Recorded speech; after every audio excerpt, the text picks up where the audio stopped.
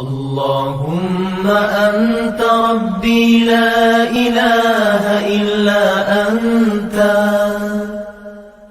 خلقتني وأنا عبدك وأنا على عهدك ووعدك ما استطعت أعوذ بك من شر ما صنعت أبوء لك بنعمتك علي وأبوء بذنبي فاغفر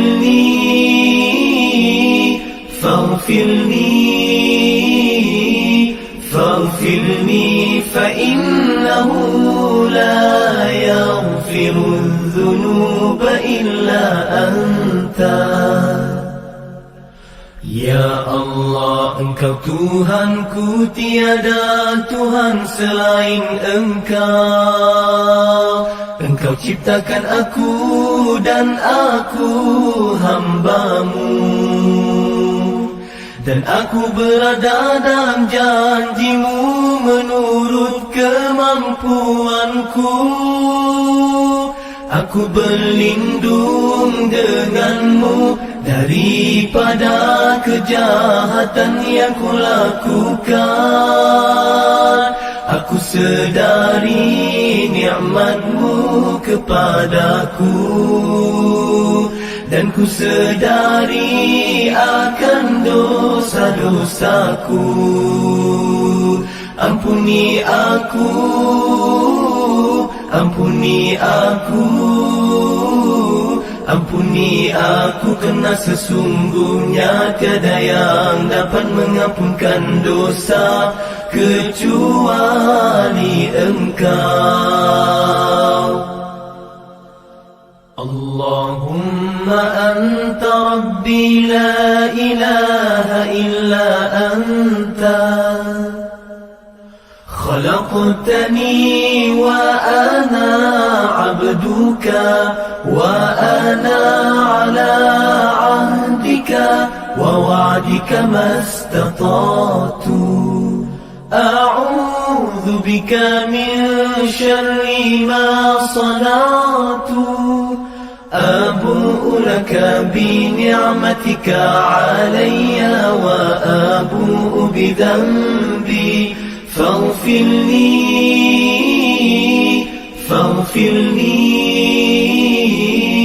فاغفر لي فإنه لا يغفر الذنوب إلا أنت. Ya Allah, Engkau Tuhanku, tiada Tuhan selain Engkau. Engkau ciptakan aku dan aku hamba-Mu, dan aku berada dalam janji-Mu menurut kemampuanku. Aku berlindung denganmu daripada kejahatan yang kulakukan. Aku sedari nikmat-Mu kepadaku, dan ku sedari akan dosa-dosaku. Ampuni aku, ampuni aku, ampuni aku, kerana sesungguhnya tiada yang dapat mengampunkan dosa kecuali. Bismillahirrahmanirrahim. Muqaddimah Surah Yusuf. Surah ini diturunkan di Mekah, mengandungi 111 ayat. Dinamakan Surah Yusuf perihal Nabi Allah Yusuf AS kerana kisahnya memenuhi hampir-hampir seluruh surah ini, dari ayat 4 hingga ayat 101. Intisari kandungannya menerangkan kebenaran Al-Quran dan menegaskan bahawa Al-Quran itu diturunkan dalam bahasa Arab untuk dibaca, difaham dia amalkan perintah-perintahnya dan disampaikan kepada seluruh umat manusia dengan tujuan memberi semangat kepada junjungan kita Nabi Muhammad sallallahu alaihi wasallam yang sedang menghadapi ujian pertentangan keras dari kaum kafir musyrik. Allah Ta'ala menceritakan kepadanya kisah Nabi Yusuf AS yang telah mengalami berbagai penderitaan dan menempuh berbagai ujian, tetapi akhirnya ia telah selamat dan berjaya disebabkan kesabarannya, kejujurannya dan imannya yang teguh. Kisah Nabi Yusuf itu bermula ketika ia masih kecil. Ia bermimpi melihat matahari dan bulan serta 11 bintang tunduk memberi hormat kepadanya. Setelah ia memberitahu tentang mimpinya itu kepada ayahnya, ayahnya menasihati supaya jangan ia menceritakan kepada saudara-saudaranya kerana dikhawatiri mereka akan menaruh iri hati kepadanya. Tetapi apa yang dibimbangkan oleh ayahnya itu telah berlaku. Saudara-saudara Yusuf yang berlainan ibu telah membawanya ke tempat yang jauh dan membuangnya ke dalam perigi. Yusuf kemudian diambil oleh ahli perniagaan sehingga mengambil air di situ.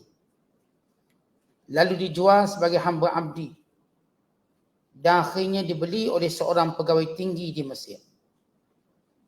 Yusuf yang masih budak mentah telah dipelihara dengan sebaik-baiknya oleh pegawai itu hinggalah ia besar panjang sebagai seorang pemuda yang tampan dan cantik parasnya. Zulaikha, isteri pegawai itu, jatuh hati kepadanya dan cuba menggodanya, tetapi Yusuf tetap menolak. Akhirnya Yusuf dengan angkara dan fitnah Zulaikha telah dipenjarakan.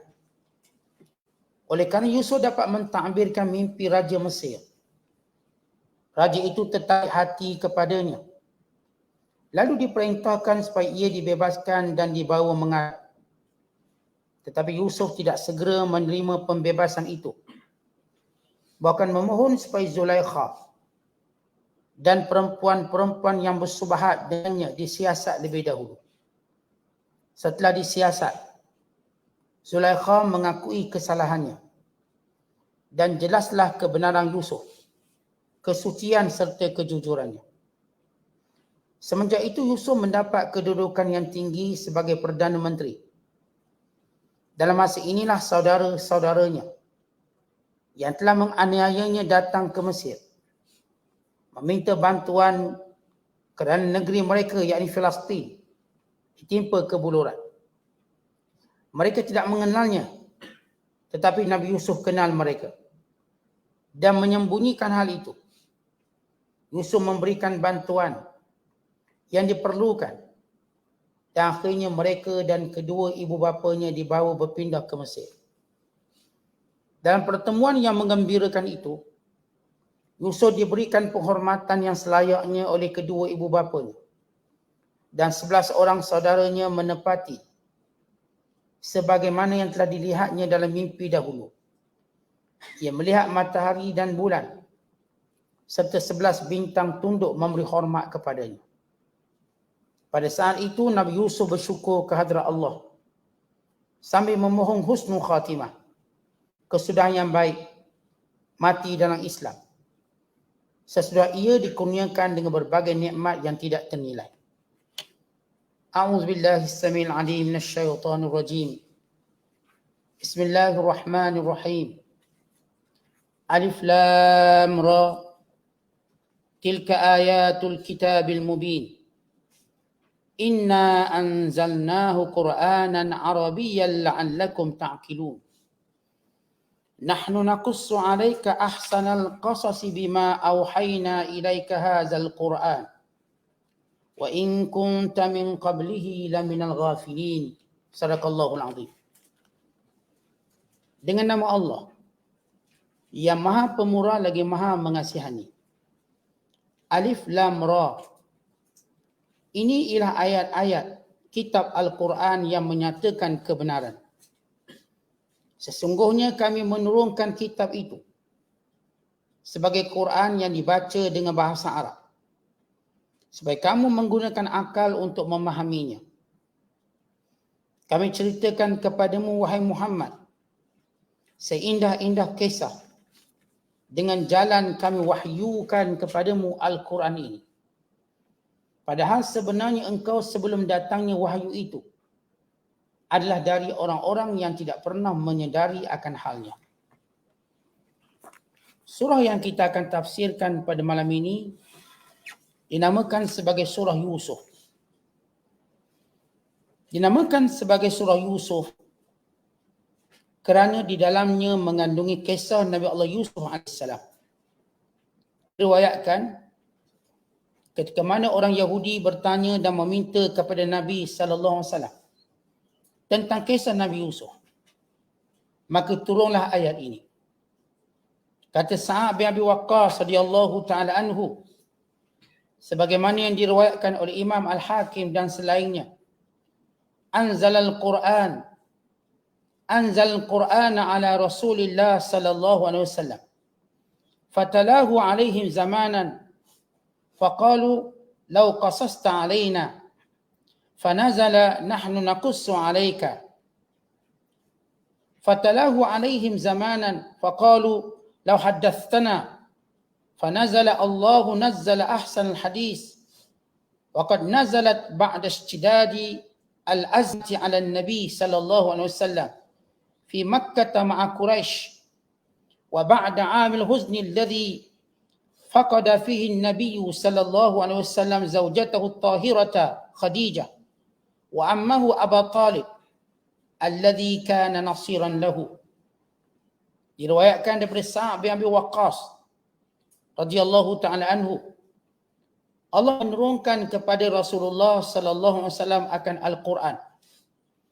Maka baginda membacanya ke atas mereka, kepada mereka, yakni penduduk Mekah.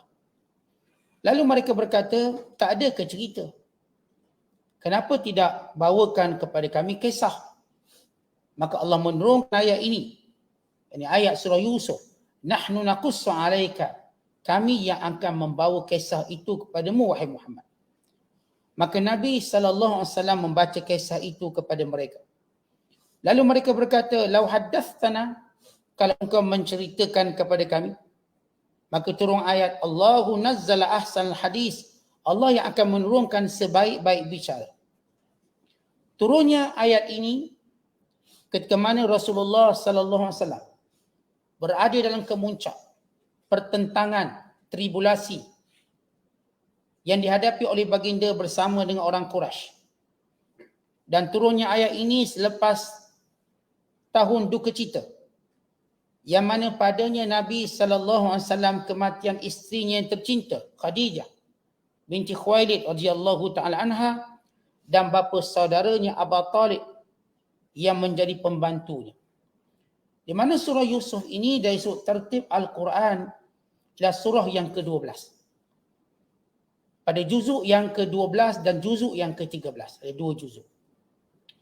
Dan surah ini dari sudut turunnya, ia merupakan surah yang ke-52. Dari sudut tertib turun. Kita ada yang kita namakan tertib turun, kita ada tertib susunan. Adapun tertib turun ayat-ayat Al-Quran dan surah-surah berdasarkan kejadian. Berdasarkan keadaan, berdasarkan keperluan. Dan adapun tertib berdasarkan kepada apa yang sudah pun tercatat di sisi Allah. Yang disebut sebagai tauqifiyah.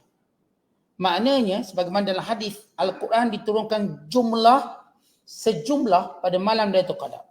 Yang sekaligus. Namun diturunkan daripada langit dunia kepada Nabi Muhammad sallallahu alaihi wasallam secara mufarraqan ay munajjaman, berturut-turut ataupun secara berperingkat-peringkat. Selama lebih kurang tempohnya ialah 23 tahun ataupun 22 tahun, 6 bulan, 23 hari. Yang biasanya orang Arab di sudut angka mereka akan genapkan 23 tahun. Maka Al-Quran yang asalnya daripada Allah Ta'ala diturunkan di Lauh Mahfuz secara sekaligus.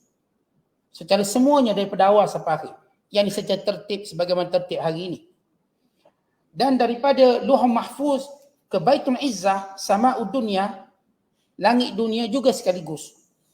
Namun daripada langit dunia ataupun Baitul Izzah diturunkan kepada dada Nabi Muhammad sallallahu alaihi wasallam dalam secara berperingkat-peringkat selama 23 tahun. Maka kerana itu kita perlu tahu perbezaan tertib turun ayat dengan tertib susunan ayat atau susunan surah. Secara susunan surah memang sudah pun disusun oleh Allah sebagaimana yang kita lihat hari ini. Dan Jibril AS datang kepada Rasulullah lalu berkata, surah ini di tempat ini, surah ini selepas ini, dan sehingga habis tamat 30 juzuk dengan berakhirnya dengan kewafatan baginda sallallahu alaihi wasallam. Maka surah ini diturunkan, yakni surah Yusuf, diturunkan selepas tahun duka cita. Tahun duka cita Rasulullah ialah lebih kurang 3 tahun sebelum Nabi hijrah. Ada yang menyatakan 18 bulan sebelum Rasulullah berhijrah. Dan tahun ini Rasulullah kewafatan Khadijah dan Nabi sallallahu alaihi wasallam juga kehilangan Abu Talib. Yang kedua-duanya ini pembantu utama dalam dakwah. Adapun Khadijah pembantu dalaman. Adapun Abu Talib pembantu luaran. Artinya Nabi sallallahu alaihi wasallam tenang dalam rumah kerana adanya Khadijah. Manakala Rasulullah tenang di luar kerana adanya Abu Talib.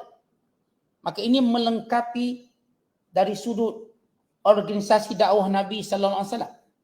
Supaya kita memahami dalam dakwah kita perlukan dua ketenangan, ketenangan dalam rumah. Yang ini membentuk keluarga yang baik. Supaya bila mana kita nak dakwah, kita nak buat benda baik, kita dapat sokongan dalaman yang kuat. Bukan rumah tangga yang berantakan, rumah tangga yang huru-hara. Lalu kita tidak mampu jadi pendakwa atau tidak mampu menjadi penyeru ke arah kebaikan, hatta tidak mampu menjadi orang berjaya. Dan kita juga perlukan pembantu luar. Sebagaimana Rasulullah ada pembantu luar, antaranya ialah Abu Talib. Selain daripada Abu Bakar, selain daripada sahabat-sahabat baginda. Ridwanullahi alaihim ajma'in. Maka ini dari sudut sejarah penurunan surah ini. Diriwayatkan sebab turunnya ayat ini, pemimpin-pemimpin Mekah, mereka selalu bertemu dengan orang Yahudi. Dan mereka bersembang tentang Nabi Muhammad. Sebab pada pandangan mereka orang Yahudi punya maklumat-maklumat yang banyak tentang Nabi-Nabi. Kerana mereka ialah umat yang didatangi oleh ramai Nabi. Lalu mereka berkata, apakah betul Muhammad itu Nabi? Sebagaimana kamu telah dikunjungi oleh para Nabi yang banyak. Lalu Yahudi berkata, liman taqa alu Ya'qub minasyam ilal Masr wa qissati Yusuf fanazalat. Tanya dia, kenapakah keluarga Ya'qub berpindah dari Syam ke Mesir? Kenapa? Kenapa keluarga Nabi Ya'qub, ini bermula daripada Ya'qub AS sendiri dan isteri-isterinya dan anak-anaknya, kenapa dia berpindah dari Syam, yakni Palestin, berpindah ke bumi Mesir? Kenapa? Dan tentang kisah Yusuf. Kerana kisah dua-dua sebab ini tidak boleh dijawab melainkan oleh Nabi. Tak boleh dijawab. Kenapa Ya'qub berpindah? Dan kenapa ataupun bagaimana kisah Yusuf? Ini kerana orang-orang Yahudi terkenal dengan kedekut mereka dalam berkongsi ilmu dengan orang lain. Mereka jadikan ia sebagai satu bentuk, kita katakan, khususiat mereka. Seolah-olah di sini mereka ada cerita, ada berita yang kamu tahu. Maka berita dan cerita ini menarik. Kerana antara kisah Al-Quran yang paling menarik ialah kisah Yusuf.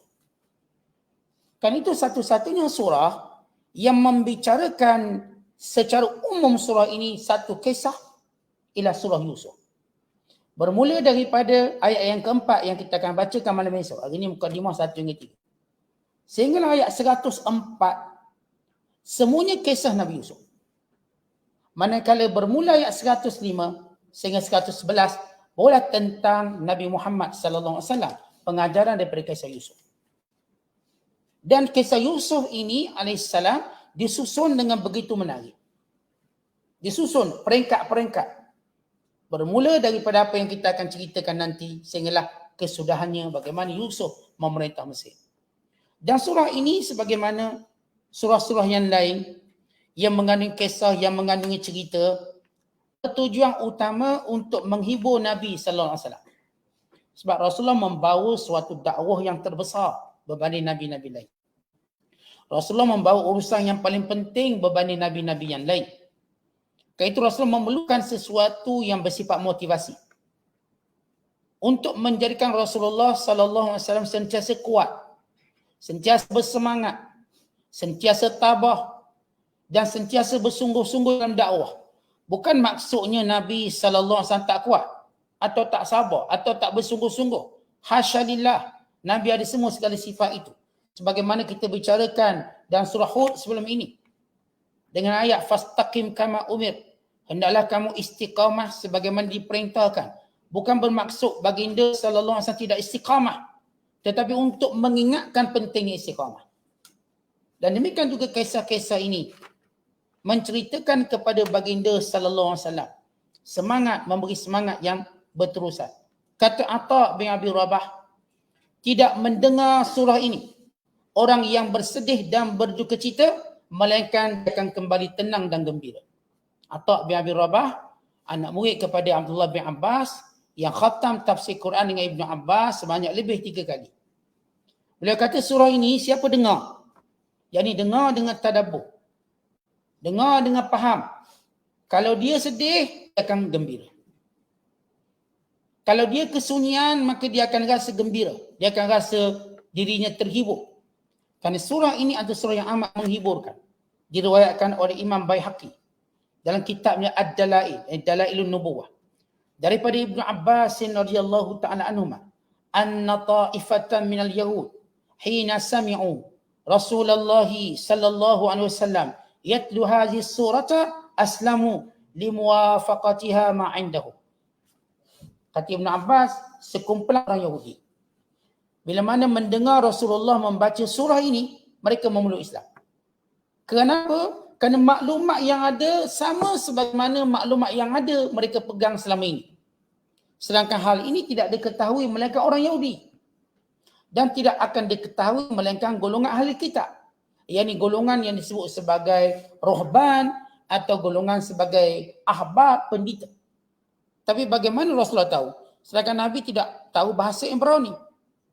Bahkan Rasulullah tidak pandai membaca. Bahkan tidak pernah Rasulullah bertalaki dengan mana-mana ahli kitab. Maka tahulah mereka bahawa baginda sallallahu alaihi wasallam ini mendapat wahyu. Maka kalau kita lihat surah ini diturunkan selepas surah Hud, artinya dia susunannya dan ada hubung kaitnya. Kalau dalam surah Hud menceritakan pelbagai kisah Nabi. Kita dah baca 7 kisah Nabi. Maka datang surah ini, itu kisah Nabi yang ke-8, itu Nabi Allah Yusuf AS.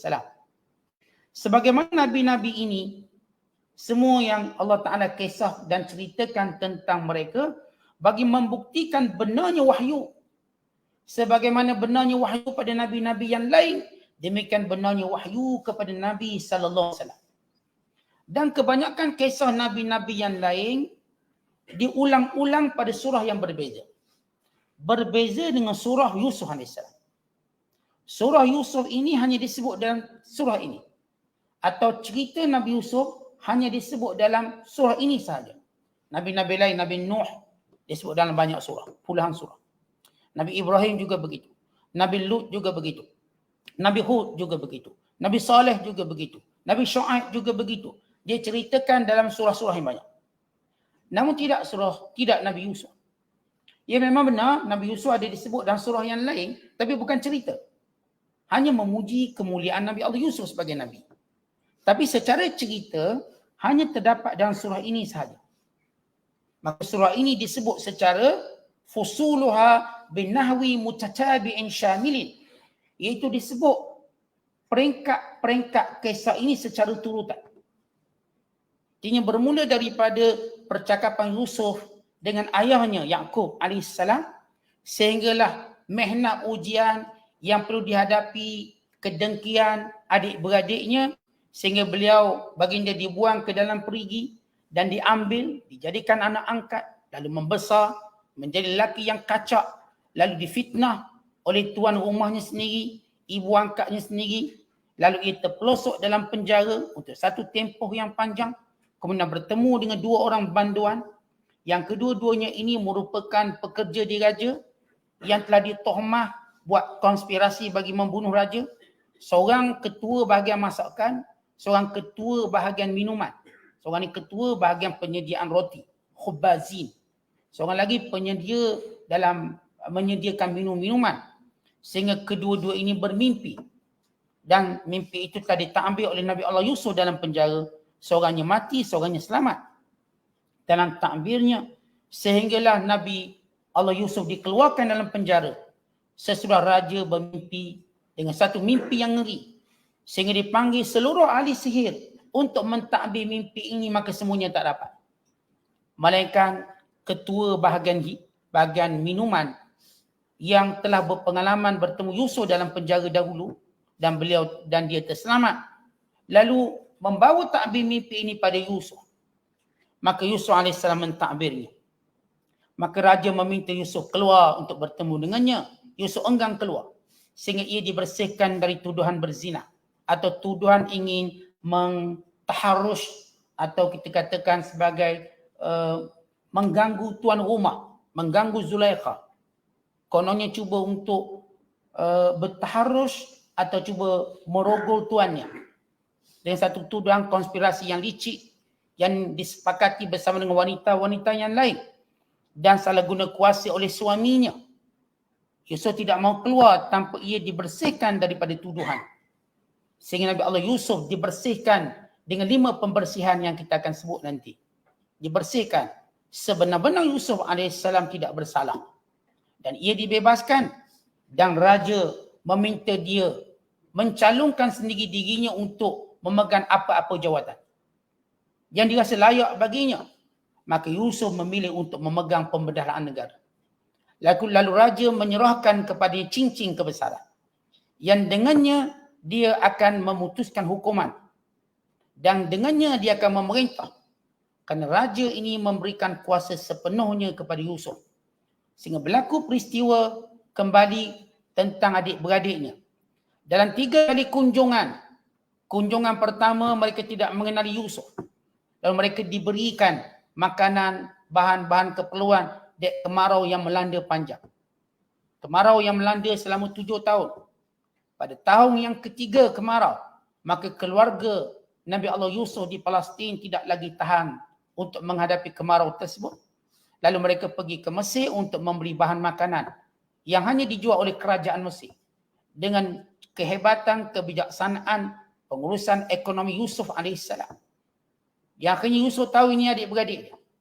Maka diberikan segala keperluannya dan dipulangkan bayarannya tanpa diketahui. Dan mereka kembali kali kedua. Tetapi raja atau Yusuf berisyarat supaya untuk kembali kali kedua kamu mesti bawa adik kamu yang bernama Benyamin. Yang merupakan adik Nabi Allah Yusuf AS. Maka mereka datang kali yang kedua. Kemudian mereka datang kali ketiga. Datang kali ketiga dalam keadaan Yusuf membongkarkan identitinya. Ia Nabi Yusuf, saudaranya yang telah dikhianati, yang didengki. Yang menjadikan pertemuan yang menyayat hati. Yang menunjukkan bagaimana Yusuf AS bukan sekadar sabar. Dan menghadapi kerana adik-beradiknya, abang-abangnya. Bukan dia pemaaf ketika mana dia ada kuasa. Dia memaafkannya. Dan memanggil semua keluarganya datang. Lalu kesemuanya datang. Nabi Allah Ya'qub dan kedua isterinya. Dan juga 11 adik-beradiknya. Campur Nabi Yusuf 12. Yang merupakan takbir mimpi kepada ayat yang keempat. Yang mana Yusuf AS berkata, aku melihat matahari dan bulan. Dan 11 bintang sujud kepadaku. Satu takbir yang merujuk kepada ibu dan ayahnya. Dan merujuk kepada adik-beradiknya. Yang sujud hormat, bukan sujud beribadat, sujud hormat kepada Nabi Allah Yusuf AS. Baik, ini kita katakan secara sinopsis. Kisah Nabi Allah Yusuf AS yang Allah Ta'ala ceritakan secara kita namakan sebagai kronologi dia. Tidak sebagaimana Nabi-Nabi yang lain diceritakan di banyak tempat. Kisah Nabi Allah Yusuf diceritakan mengikut kronologi. Bermula saya katakan melalui mimpi yang menandakan, yang merupakan tanda Nabi Allah Yusuf adalah seorang Nabi. Dan kalau kita tengok kenapa Nabi Allah Yusuf menceritakan mimpi kepada ayahnya bukan kepada ibunya. Maka ini menjadi satu rahsia yang perlu kita ketahui. Kerana kebiasaan seorang anak, dia lebih suka cerita pada mak dia. Kerana kebiasaan ayah ni keluar. Kalau ayah macam kita, keluar ngentih lah. Ayah-ayah ni keluar bekerja. Kebiasaan anak-anak cenderung bercerita mimpi kepada ibu. Kebiasaan. Tetapi kenapa Nabi Allah Yusuf menceritakan mimpi ini kepada ayahnya bukan kepada ibunya? Dan kenapa Allah memulakan kisah ini dengan mimpi? Memulaikan tentang mimpi. Pasti ada sebab dan ada signifikannya. Kan ia akan berkait juga dengan Nabi SAW dan berkait dengan umat Islam. Baik sejarah ataupun kisah cerita tadi secara ringkas yang menceritakan bagaimana kemuliaan Nabi Allah Yusuf AS sehingga disebut dalam hadis yang dikeluarkan oleh Ahmad, Bukhari daripada Ibnu Umar radhiyallahu taala anhuma, Al-Karim Ibnul Karim Ibnul Karim Al-Karim Ibnul Karim Ibnul Karim Ibnul Karim Yusuf bin Yaqub bin Ishaq bin Ibrahim. Orang yang mulia, anak orang yang mulia, anak orang yang mulia, anak orang yang mulia, iaitu Yusuf bin Yaqub bin Ishaq bin Ibrahim. Ia ni satu-satunya Nabi secara 4 direct keturunan Nabi. Yusuf Nabi, Yaqub Nabi, Ishaq Nabi, Ibrahim Nabi alaihi wassalatu wassalam merupakan keturunan yang kita katakan direct, secara tidak putus. Sebab itu bila Rasulullah ditanya siapakah orang yang paling mulia, maka kata Rasulullah Yusuf. Kerana dia Nabi, anak pada Nabi, anak pada Nabi, anak pada Nabi. Al-Karim, Ibnul Karim, Ibnul Karim, Ibnul Karim. Seorang yang mulia, anak orang mulia, anak pada orang mulia, anak orang yang mulia. Ini merujuk kepada nasab keturunan Nabi sepenuhnya. Daripada Yusuf itu sendiri Nabi, ayahnya Yaqub Nabi, dan Ishaq itu Nabi, dan Ibrahim itu Nabi alaihi wassalatu wassalam. Dan kalau kita lihat surah ini yang mempunyai pengajaran-pengajaran yang banyak yang disebut, supaya sebelum kita membaca kisah ataupun membaca penafsiran surah ini secara detail atau secara ayat demi ayat, beberapa pengajaran yang diambil daripada kisah ini dan beberapa perkara penting yang boleh kita ambil daripada kisah ini. Bagaimana suatu musibah bertukar menjadi nikmat. Bila seorang bersabar dengan musibah-musibah yang berlaku dalam kehidupannya, maka dia akan melihat nikmat. Musibah itu bertukar menjadi nikmat. Dan begitulah sunnatullah kepada dunia ini. Ia bukan sekadar berlaku kepada semua manusia, bahkan berlaku kepada pilihan Allah, para Nabi alaihissalatu wassalam. Kalau kita berwasangka baik, kalau kita sabar, kalau kita tabah, maka segala musibah akan bertukar menjadi kenikmatan. Sama ada ia kenikmatan dunia yang kita nak segera, dek kerana watak kita suka tengok benda-benda segera. Ataupun nikmat yang memang Allah Ta'ala sediakan bagi setiap ujian, itu Allah ganti dengan syurga. Dan yang kedua, bagaimana surah ini menceritakan adanya dengki-mendengki antara adik-beradik yang sepatutnya tidak berlaku. Tapi itulah hakikat hidup. Kita tuan-tuan yang paling rapat dengan kita adik-beradik. Adik-beradik. Satu mak, satu bapa.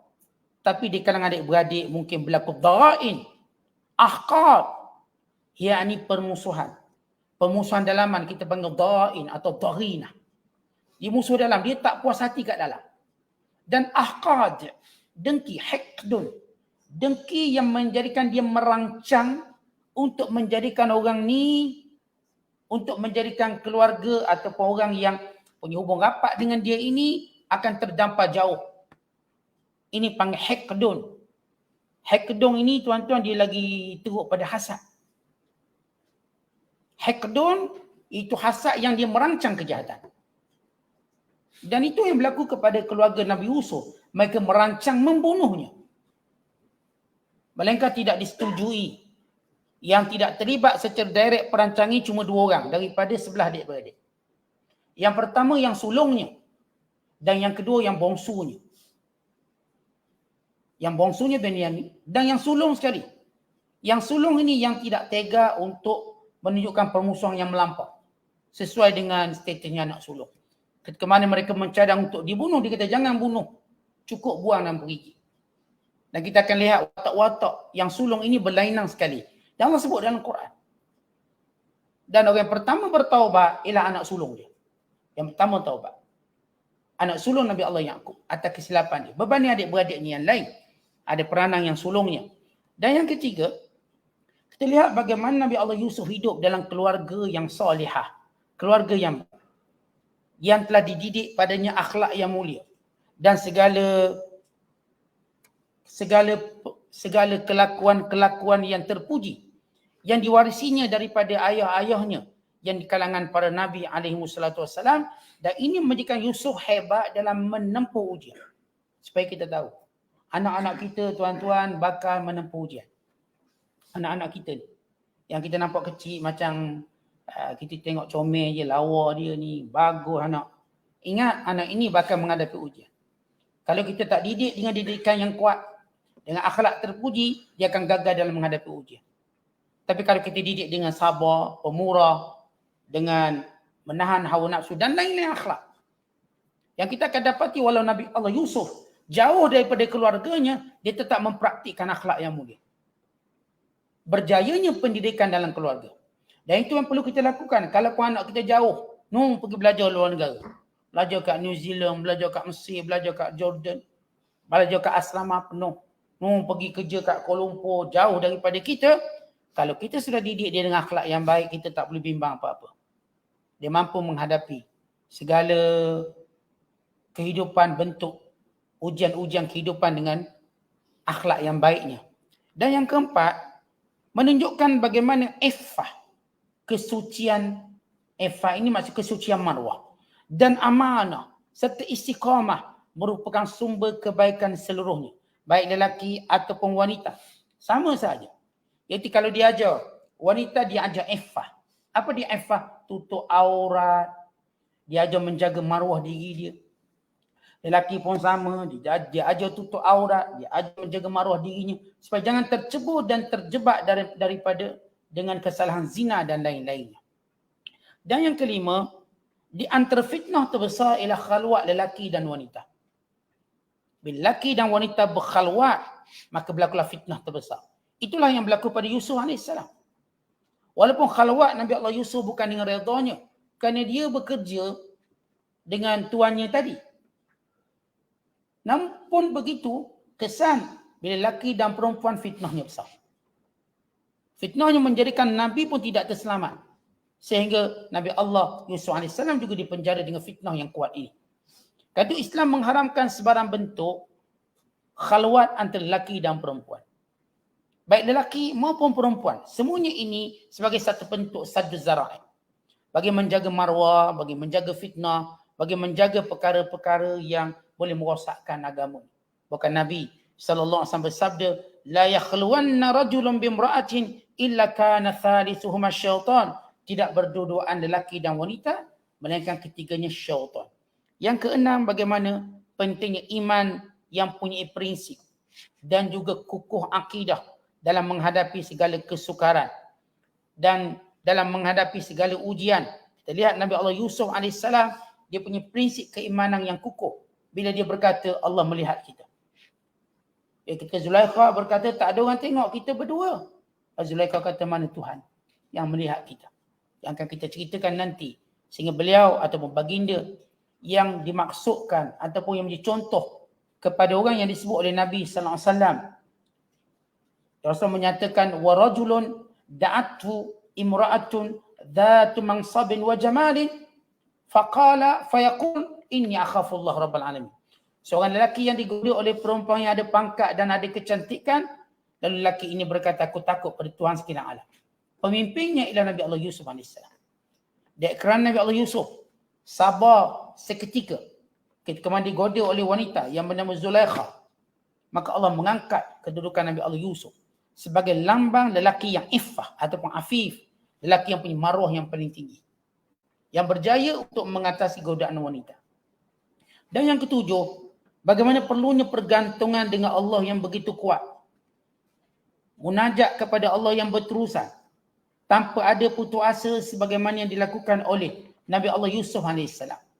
Ketika mana ia difitnah sehingga dihumbang dalam penjara, dia bermunajat pada Allah dengan sebagaimana Allah sebut dalam Al-Quran, Rabbis sijnu habbu ilai mimma yad'unani ilai. Ya Allah, ya Tuhanku, penjara lebih aku sukai daripada fitnah yang mereka bawakan kepadaku. Dan yang ke-8, bahawa ujian akan mengenai semua orang beriman dalam melaksanakan dakwah pada jalan Allah Subhanahu Wa Taala. Dan orang beriman tidak akan berhenti berdakwah walau bagaimana keadaannya. Tengok Yusuf AS, walau sudah dalam penjara dia masih berdakwah. Dia berdakwah dengan laki-laki banduan-banduan yang dipenjarakan satu sel dengan dia. Satu penjara dengannya. Mengajak mereka untuk mentauhidkan Allah. Mengajak mereka untuk mengesahkan Allah. Sehingga kedua-duanya ini antara yang pertama beriman dengan Nabi Allah Yusuf. Walaupun seorangnya mati, seorangnya hidup. Tapi ini dua lelaki yang dua-dua ini beriman dengan Allah Subhanahu Wa Taala. Dan yang ke-9, bagaimana perlunya kebijaksanaan dalam mengambil peluang untuk membersihkan diri kita, untuk membersihkan diri daripada segala fitnah, mengambil peluang daripada peristiwa tertentu. Maksudnya, bila Nabi Allah Yusuf AS berpeluang untuk bebas, maka dia tidak mahu terus bebas. Tetapi digunakan peluang itu untuk membersihkan dirinya. Oh, dia tidak terlibat dengan fitnah yang dimainkan, dengan sentimen yang dilakukan. Di mana kita lihat bagaimana Nabi Allah Yusuf AS terpelihara ataupun yang menunjukkan ada 6 tanda ataupun 6 bukti bahawa Nabi Allah Yusuf tidak terlibat dengan fitnah yang kononnya Yusuf cuba menggoda Zulaikha atau cuba untuk mengambil kesempatan daripada tuan rumahnya. Ada 6 bukti yang menunjukkan ia satu bukti yang paling jelas. Sebagaimana jelasnya tidak terbabit ketika mana adik-beradik Yusuf ketika berkata pada ayahnya, oh, Yusuf telah mati, dibunuh oleh serigala. Lalu mereka membawa pakaian yang tidak koyak yang dipenuhi dengan darah. Maka Yakub tahu bahawa Yusuf tidak dimakan oleh serigala. Sehingga dia berkata semenjak bila serigala pandai menanggalkan baju. Baju tu tak koyak, tapi penuh dengan darah. Lalu difitnah pada serigala. Yang bunuh Yusuf itu serigala. Sebagaimana serigala tidak terbabit walau sedikit pun dalam pembunuhan Yusuf. Dalam konspirasi itu. Demikian Yusuf AS tidak terbabit sedikit pun dalam fitnah Zulaikha atas dirinya. Sebagaimana tidak terbabitnya serigala dalam tuduhan membunuh Nabi Yusuf.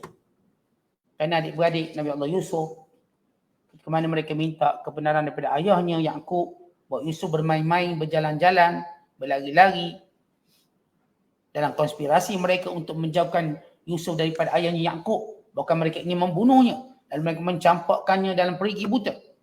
Lalu mereka datang pada ayah mereka pada waktu malam dan keadaan menangis. Datang waktu malam supaya ayah mereka tidak melihat ekspresi muka sebenar. Malam kan gelap. Lalu mereka tunjukkan pura-pura menangis. Lalu membawa pakaian yang tidak koyak, bidamin fasik, dengan darah yang palsu. Darah burung yang diambil dan dilomorkan pada baju. Lalu berkata, dia dibunuh oleh serigala. Sebagaimana serigala tidak terbabit langsung. Demikian Yusuf tidak terbabit langsung. Yang pertama kata ulama, ialah Allah sendiri yang membersihkan Nabi Yusuf dengan firman-Nya, kadzalika linasrifa anhu su'a wal fahsya. Demikian kami palingkan Yusuf itu daripada segala perbuatan jahat dan perbuatan zina. Innahu min ibadinal mukhlasin. Kan dia adalah hamba kami yang ikhlas. Yang kedua ialah syaitan sendiri yang menyatakan Yusuf tak bersalah. Syaitan sendiri kata ya. Sebagaimana firman Allah Ta'ala, fabi'izzatika la'ughwiyannahum ajma'in illa ibadaka minhumul mukhlasin. Demi kemuliaanmu ya Allah, kata Iblis, akan kusesatkan seluruh manusia melainkan hamba-Mu yang ikhlas. Dan Yusuf AS ialah hamba yang ikhlas sebagaimana ayat yang sebelum ini. Jadi syaitan sendiri menyatakan dia tidak mampu menggoda orang yang ikhlas. Yang ketiga, Nabi Yusuf ni mengatakan aku tak telah terbabit. Allah berfirman, hiya rawadatni an nafsi. Wanita inilah yang goda aku, bukan aku goda dia. Ini yang ketiga, membuktikan Yusuf tidak bersalah. Yang keempat ialah wanita yang memfitnah Nabi Allah Yusuf akhirnya mengaku dia buat konspirasi. Allah menceritakan pengakuannya. Laqad rawattuhu an nafsi, akulah yang goda sebenarnya. Fasta'sam, lalu dia menjaga dirinya. Al-ana hassasal haq, sekarang terbukti kebenaran. Ana rawattuhu an nafsi, aku yang menggodanya. Wa innahu laminas sadiqin, dia Nabi Yusuf di kalangan orang yang benar. Yang kelima, itu saksi daripada keluarga pemimpin besar Mesir itu sendiri. Ketika mana dituduh Yusuf melakukan perbuatan sonda, lalu berkata salah seorang keluarganya, lihat apakah pakaian Yusuf koyak di depan atau di belakang. Kalau koyak di depan, ya dia menggoda Zulaikha. Tapi koyak di belakang berarti Zulaikha yang mengejarnya lalu koyak baju daripada belakang. Maka didapati pakaian Yusuf koyak belakang. Maka ini 5 tanda menunjukkan kebenaran Nabi Allah Yusuf. Yang keenam dan yang terakhir, yang menunjukkan Yusuf. Sebab dalam surah kita baca bermula ayat 4 sehingga 104. Sewaktu Nabi Allah Yusuf difitnah sehingga dipenjarakan dengan tuduhan zina. Dan tuduhan zina bagi seorang Nabi itu berat. Bagi orang macam kita pun berat. Ini kan pula Nabi-Nabi SAW. Maka Allah beri dia 6 pembersihan. Yang keenam ialah pengakuan wanita-wanita yang bersubhat dengan Zulaikha. Wanita-wanita ini berkata, ma'alimna alaihi min su'. Sebenarnya kami tidak pernah mengetahui Yusuf ini orang jahat. Tak pernah. Pengakuan. Ini menunjukkan bagaimana setiap fitnah akan sampai waktunya. Bila mana orang yang difitnah itu sabar, maka Allah akan hantar pembersihan. Pembersihan fitnah daripada Allah. Ia pembersihan yang tidak boleh diragui dan pembersihan yang paling mulia. Dan pengajaran yang ke-10, bagaimana kelebihan sabar. Dan ini yang dinikmati, yang dimiliki oleh Nabi Allah Yusuf AS. Dan setiap tindakannya dia bersabar. Dia sabar dengan adik-beradiknya, dia sabar dengan tuan rumah dia, dia sabar dalam penjara. Bukan dia sabar ketika mana dia memiliki kuasa. Dan surah ini juga yang ke-12 pengajarannya ialah nak ajar kepada kita, tidak ada yang dapat menolak takdir Allah. Kalau itu takdir Allah, hatta Nabi pun dihumbang dalam penjara. Yang kata kita, demikian takdir Allah. Allah Ta'ala akan melakukan apa yang dikehendaki. Maka semua manusia ini akan diuji oleh Allah. Maka tidak ada yang boleh menghalang takdir Allah daripada berlaku. Sama ada kita nak mengelak orang yang kita sayangi mati atau sebagainya. Oleh sebab itu tuan-tuan, kita jangan cuba untuk berkata seolah-olah kita menguasai setiap apa yang berlaku pada diri kita. Dalam mengatakan sesuatu, saya tak akan tolong dia selama-lamanya. Saya tak akan bercakap dengan dia selama-lamanya. Siapa tahu satu hari nanti kamu akan bercakap dengan dia. Saya tak akan kahwin dengan dia selama-lamanya. Siapa tahu satu hari nanti kamu akan kahwin dengan dia. Saya akan terus benci dia selama hidup saya. Mana tahu satu hari nanti kamu akan suka dia. Tentu kita tak boleh nak beritahu, nak menetapkan bahawa kita tak akan itu dan ini. Melainkan dengan izin Allah. Saya tak akan lagi buat benda ni. Kita pun tak tahu. Mungkin satu hari nanti kita buat balik. Oleh sebab itu setiap kali kita bercakap, jangan tunjuk seperti kita ada kuasa untuk full stop, untuk menoktahkannya.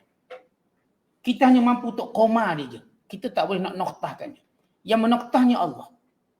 Jadi kalau kita kata sesuatu, seolah-olah kita nak jazamkan, nak tetapkan, nak muktamadkan bahawa ini mesti begini, dia tak akan jadi begini. Kata saya, demi Allah, atau apatah lagi dengan sumpah, saya tak akan makan benda ni, tak akan makan benda tu. Jangan cakap begitu. Jangan cakap. Apatah lagi menggunakan nama Allah. Kerana kita perlu tahu di atas kita ada takdir Allah. Bila di atas kita ada takdir Allah, mohonlah kepada Allah, mohonlah pertolongannya, mohonlah muwafaqahnya atas setiap perkara yang kita nak buat. Sebab itu kita diajar menyebut insya-Allah. Ini cara kita bagaimana kita beriman dengan takdir Allah dan mengakui kelemahan diri kita di hadapan takdir Allah. Sebab itu tidak ada orang yang boleh menolak takdir Allah. Jadi saya pesan pada diri saya dan pada tuan-tuan, jangan kita bercakap sesuatu seperti kita akan menentukannya. Percakapan kita ini tidak akan mengambil masa yang panjang, melainkan akan terkena pada batang hidung kita sendiri. Jadi bila kita cakap berlapik, maksud berlapik sebutlah insya-Allah, sebutlah dengan izin Allah, sebutlah kalau boleh begitu, tapi lah kalau berlaku sebaliknya saya terima dan takdir Allah. Saya mesti mati dulu sebelum anak saya mati. Jangan cakap macam tu. Kita tak tahu. Walaupun tengok daripada penyakit, kita lah patut mati dulu. Tapi ia tidak mungkin berlaku macam kita katakan. Dan kalau Allah akan ambil dulu anak-anak yang kita sayangi, mati dulu. Dalam keadaan mereka tidak berpenyakit. Oleh sebab itu tak ada orang boleh menoktahkan sesuatu. Tidak ada. Dan ini yang kita ambil pengajaran daripada kisah Nabi Yusuf. Dalam bab takdir Allah, Jangan kita cuba menentukan takdir kita. Kita tidak mampu. Yang ke-13, kisah ini menunjukkan bahawa siapa pun yang dengki, siapa pun yang hasad, kesudahannya ialah kerugian dan kegagalan. Siapa pun yang hasad. Sebab itu tuan-tuan rawat diri kita daripada hasad. Tak kira hasad pada siapa pun. Wa'imah orang-orang yang satu level dengan kita, atau bukan level dengan kita, atau orang dekat dengan kita, atau orang jauh dengan kita. Bila mana ada hasad, maka bermujahadahlah, lawanlah supaya hasad itu terus melemah. Atau dengan kata lain biar dihilang. Jangan ada hasad pada sesiapa. Belajar daripada apa yang disebut oleh Sa'ad bin Abi Waqqas. Aku tidak pernah dengki pada mana-mana orang Islam. Kita tak nak dengki pada mana-mana orang Islam. Kita tidak mahu sehingga watak kita berubah. Cara tegur kita pun kasar kerana dengki pada dia. Bukan cara kita melihat sesuatu sebab mata kedengkian kita. Kita banyak melihat keaiban berbanding kebaikan. Lalu itu yang kita duk war-warkan. Daripada kebaikan yang kita seperti lihat tersembunyi. Kerana orang yang hasad, matanya buta melihat kebaikan. Tetapi terlalu cerah, terlalu bulat untuk melihat kesilapan yang dianggapnya silap. Dan yang ke-14, bahawa sabar itu kunci kepada segala kejayaan. Sebagaimana Nabi Allah Yaqub AS bersabar, sebagaimana demikian juga Nabi Allah Yusuf bersabar. Maka sabar itu ialah kunci kepada setiap kejayaan. Baik, ini antara ibrah dan pengajaran. Ya, sebagai ulama tafsir macam kita baca, sebab kita baca tafsir Munir, didahulukan dahulu ibrahnya. Ataupun kita katakan pengajaran. Sebab apa? Sebab bila kita nak baca kisah tadi, sebab kisahnya panjang. Kisahnya yang saya katakan bermula daripada ayat 4 sehinggalah ayat 104, panjang. Maka kerana kita nanti akan menikmati jalan cerita kisah ini dahulu. Dan pengajarannya kita dah ambil daripada awal untuk kita melihat bagaimana kisah Nabi Allah Yusuf. Kerana surah ini ataupun kisah ini, dia meliputi segala aspek kehidupan. Kekeluargaan, kemasyarakatan, ekonomi, kenegaraan dan hal-hal yang lain. Kisah Yusuf AS bukan sekadar dia bermula daripada aspek kekeluargaan. Sehingga pergi pada aspek negara, ekonomi, bukan masyarakat. Bukan bagaimana menjadi tabiat orang-orang Mesir. Kerana mereka mulia, mereka tidak akan makan bersama Bani Israel. Kerana makan bersama Bani Israel dianggap najis, najasah. Mereka tak makan. Dan bagaimana Nabi Allah Yusuf melihat isu ini, salah satu isu diskriminasi yang berlaku kepada Mesir ataupun orang-orang Mesir bersama dengan Bani Israel. Dan rentetan kisah itu dia berlanjutan dengan kisah Nabi Allah Musa AS. Wallahu a'lam bishawab. Assalamualaikum warahmatullahi wabarakatuh.